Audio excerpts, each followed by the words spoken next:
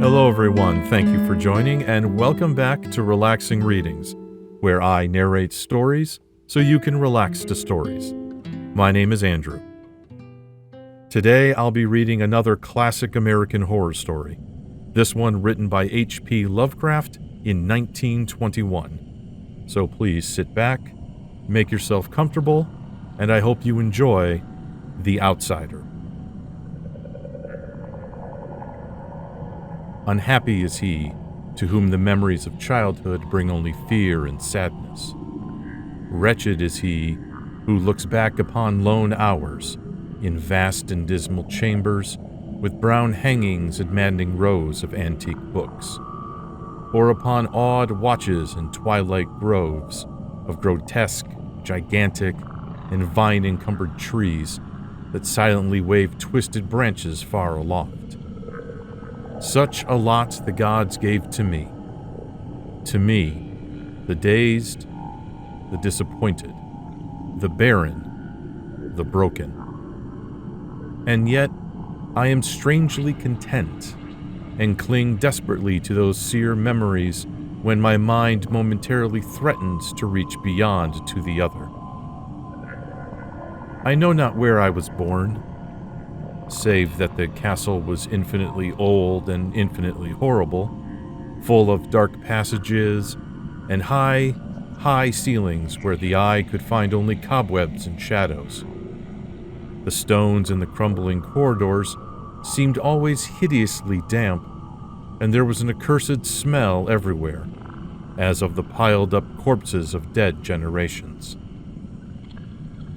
It was never light, so that I sometimes light candles and gaze steadily at them for relief, nor was there any sun outdoors, since the terrible trees grew high above the topmost accessible tower.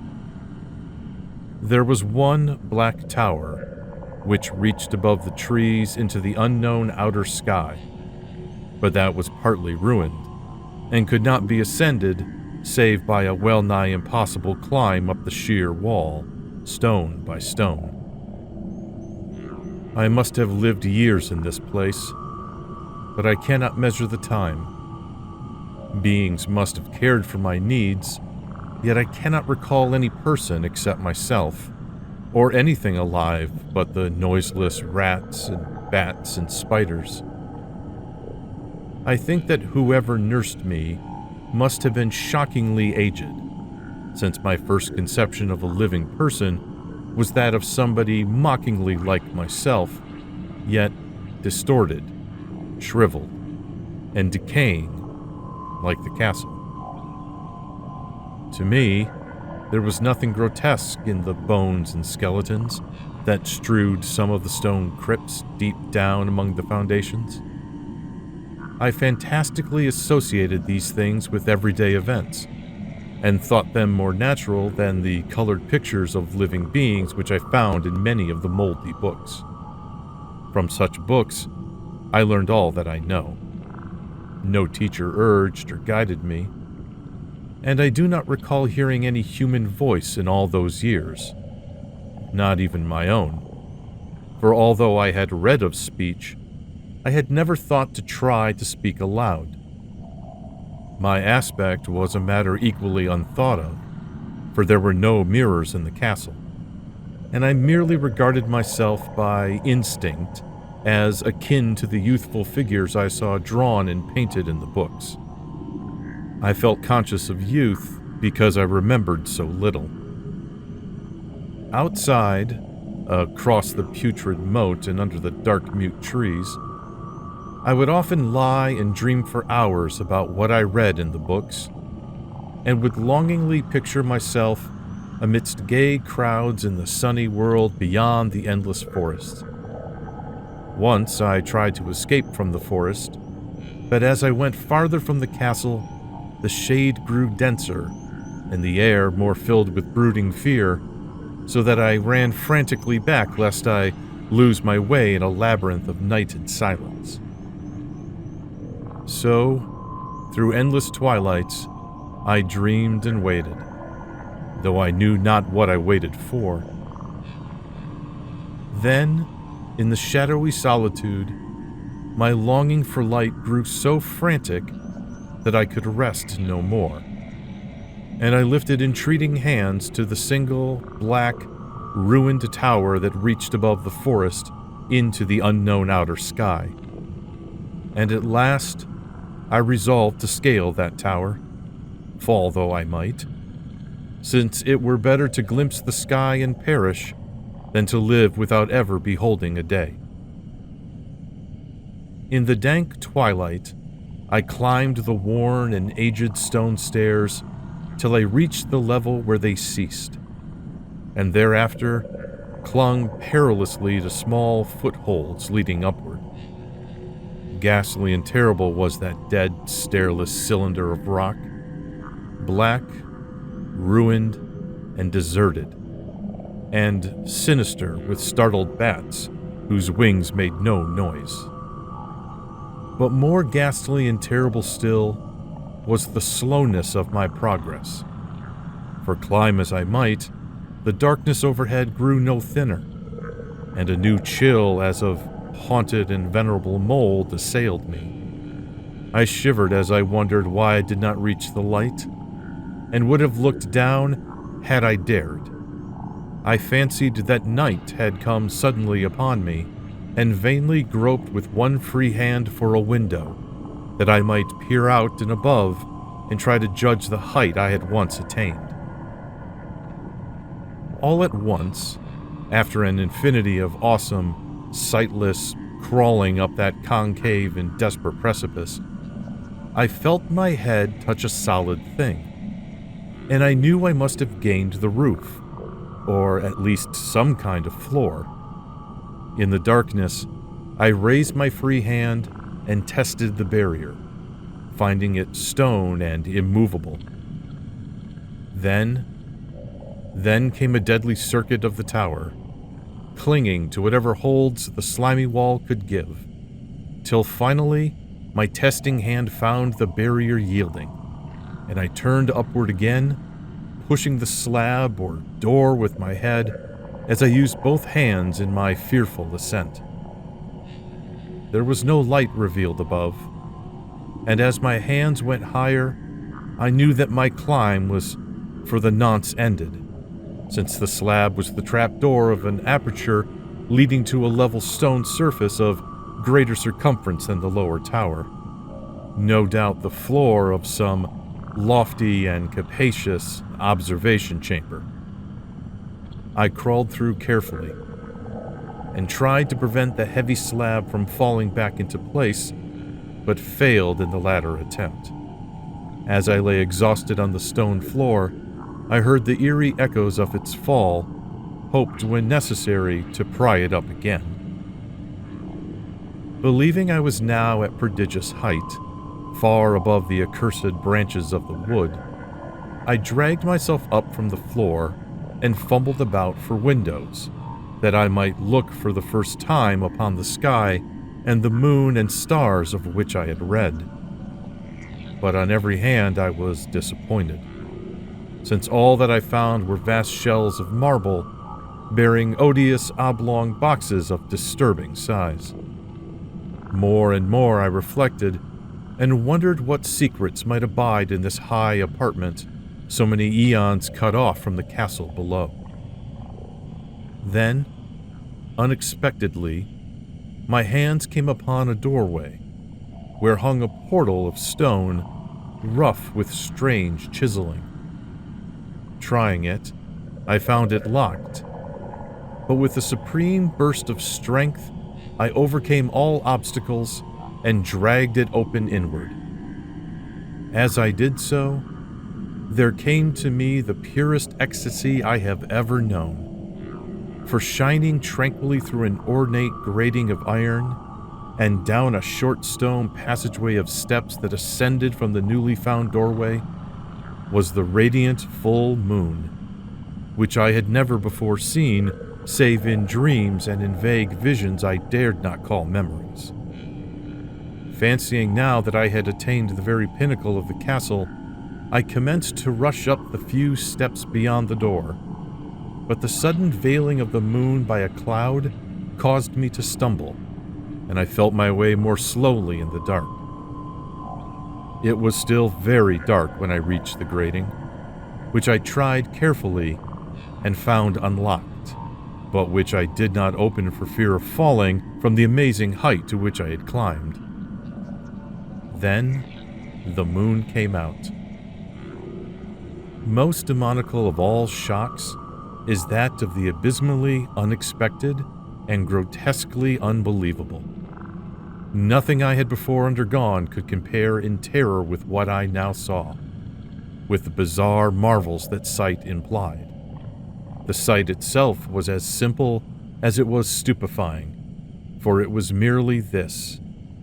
Instead of a dizzying prospect of treetops seen from a lofty eminence, there stretched around me on the level through the grating nothing less than the solid ground, decked and diversified by marble slabs and columns, and overshadowed by an ancient stone church, whose ruined spire gleamed spectrally in the moonlight. Half unconscious, I opened the grating and staggered out upon the white gravel path that stretched away in two directions. My mind, stunned and chaotic as it was, still held the frantic craving for light, and not even the fantastic wonder which had happened could stay my course. I neither knew nor cared whether my experience was insanity, dreaming, or magic, but was determined to gaze on brilliance and gaiety at any cost. I knew not who I was, or what my surroundings might be, though as I continued to stumble along, I became conscious of a kind of fearsome, latent memory that made my progress not wholly fortuitous. I passed under an arch out of that region of slabs and columns and wandered through the open country, sometimes following the visible road, but sometimes leaving it curiously to tread across meadows where only occasional ruins bespoke the ancient presence of a forgotten road. Once I swam across a swift river where crumbling, mossy masonry told of a bridge long vanished. Over 2 hours must have passed before I reached what seemed to be my goal, a venerable ivied castle in a thickly wooded park, maddeningly familiar, yet full of perplexing strangeness to me. I saw that the moat was filled in and that some of the well-known towers were demolished, whilst new wings existed to confuse the beholder. But what I observed with chief interest and delight were the open windows, gorgeously ablaze with light and sending forth sound of the gayest revelry. Advancing to one of these, I looked in and saw an oddly dressed company indeed, making merry and speaking brightly to one another. I had never seemingly heard human speech before, and could guess only vaguely what was said. Some of the faces seemed to hold expressions that brought up incredibly remote recollections. Others were utterly alien. I now stepped through the low window into the brightly lighted room, stepping as I did so from my single bright moment of hope to my blackest convulsion of despair and realization. The nightmare was quick to come, for as I entered, there occurred immediately one of the most terrifying demonstrations I had ever conceived.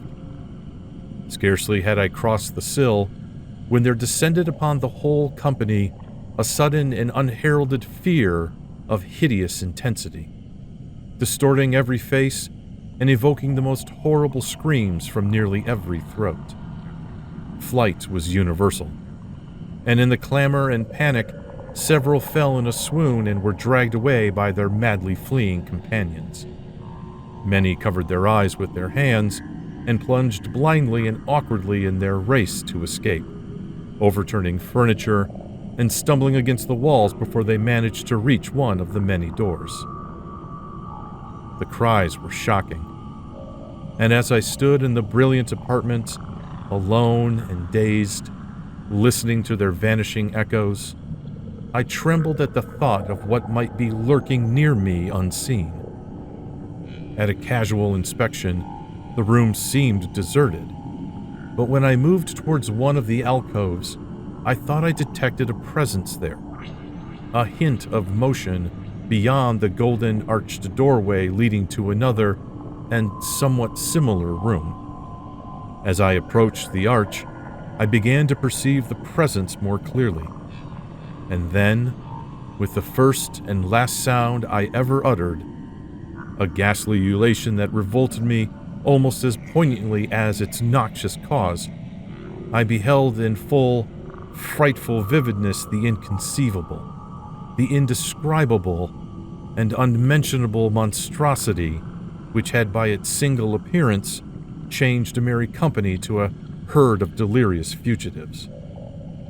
I cannot even hint what it was like, for it was a compound of all that is unclean, uncanny, unwelcome, abnormal, and detestable. It was the ghoulish shade of decay, antiquity, and dissolution, the putrid, dripping eidolon of unwholesome revelation, the awful bearing of that which the merciful earth should always hide. God knows it was not of this world, or no longer of this world. Yet to my horror, I saw in its eaten away and bone-revealing outlines a leering, abhorrent travesty on the human shape, and its moldy, disintegrating apparel and unspeakable quality that chilled me even more. I was almost paralyzed, but not too much so to make a feeble effort towards flight. A backward stumble which failed to break the spell in which the nameless, voiceless monster held me. My eyes, bewitched by the glassy orbs, which stared loathsomely into them, refused to close, though they were mercifully blurred and showed the terrible object but indistinctly after the first shock. I tried to raise my hand to shut out the sight, yet so stunned were my nerves that my arm could not fully obey my will. The attempt, however, was enough to disturb my balance, so that I had to stagger forward several steps to avoid falling. As I did so, I became suddenly and agonizingly aware of the nearness of the carrion thing, whose hideous hollow breathing I half fancied I could hear. Nearly mad, I found myself yet able to throw out a hand to ward off the fetid apparition which pressed so close, when in one cataclysmic second of cosmic nightmarishness and hellish accident, my fingers touched the rotting, outstretched paw of the monster beneath the golden arch. I did not shriek, but all the fiendish ghouls that ride the night wind shrieked for me, as in that same second there crashed down upon my mind a single fleeting avalanche of soul-annihilating memory. I knew in that second all that had been. I remembered beyond the frightful castle in the trees, and recognized the altered edifice in which I now stood. I recognized, most terrible of all, the unholy abomination that stood leering before me as I withdrew my sullied fingers from its own. But in the cosmos, there is balm as well as bitterness, and that balm is forgetfulness.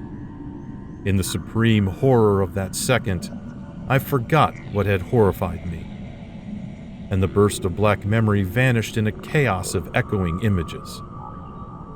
In a dream, I fled from that haunted and accursed pile and ran swiftly and silently in the moonlight. When I returned to the churchyard place of marble and went down the steps, I found the stone trapdoor immovable. But I was not sorry, for I had hated the antique castle in the trees. Now, I ride with the mocking and friendly ghouls on the night wind, and play by day amongst the catacombs in the sealed and unknown valley by the Nile. I know that light is not for me, save that of the moon over the rocky tombs, nor any gaiety save the unnamed feasts beneath the great pyramid. Yet in my new wildness and freedom, I almost welcome the bitterness of alienage.